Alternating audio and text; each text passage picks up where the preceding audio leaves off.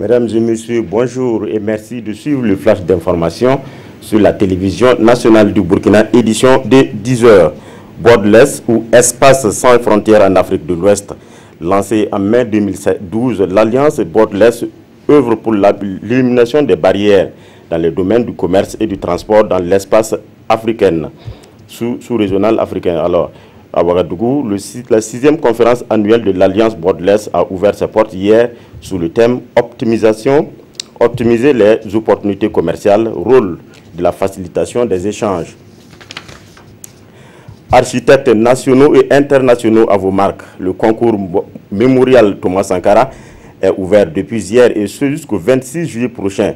C'est un concours lancé par le Comité international mémorial Thomas Sankara pour récolter les idées et projets d'œuvres architecturales à l'effigie du chef de la révolution burkinabé.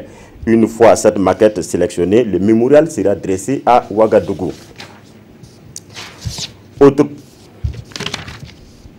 Parlons maintenant santé et on prend la direction de l'hémicycle où le réseau des parlementaires burkinabés en santé, population et développement a lancé hier une vaste campagne de lutte contre le diabète et l'hypertension artérielle.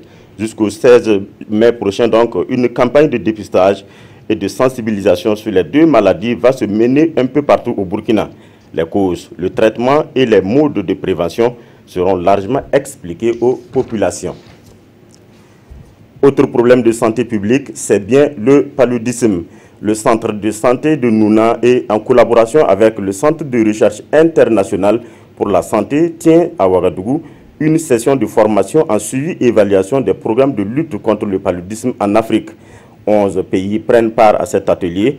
Il s'agit pour eux de soutenir davantage sur les mécanismes de gestion des programmes anti-palu dans les pays respectifs. À l'étranger maintenant, Sergueï Lavrov à la Maison-Blanche. Une première alors que les relations entre la Russie et les États-Unis ne sont pas au beau fixe.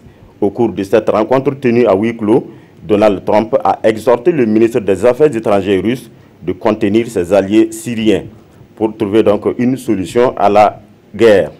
De son côté, Sergueï Lavrov a estimé que les relations entre les deux puissances sont au beau fixe. Voilà, c'est tout pour ce flash. Merci de nous avoir suivis. L'information revient à 13h avec Godefroy Bazier.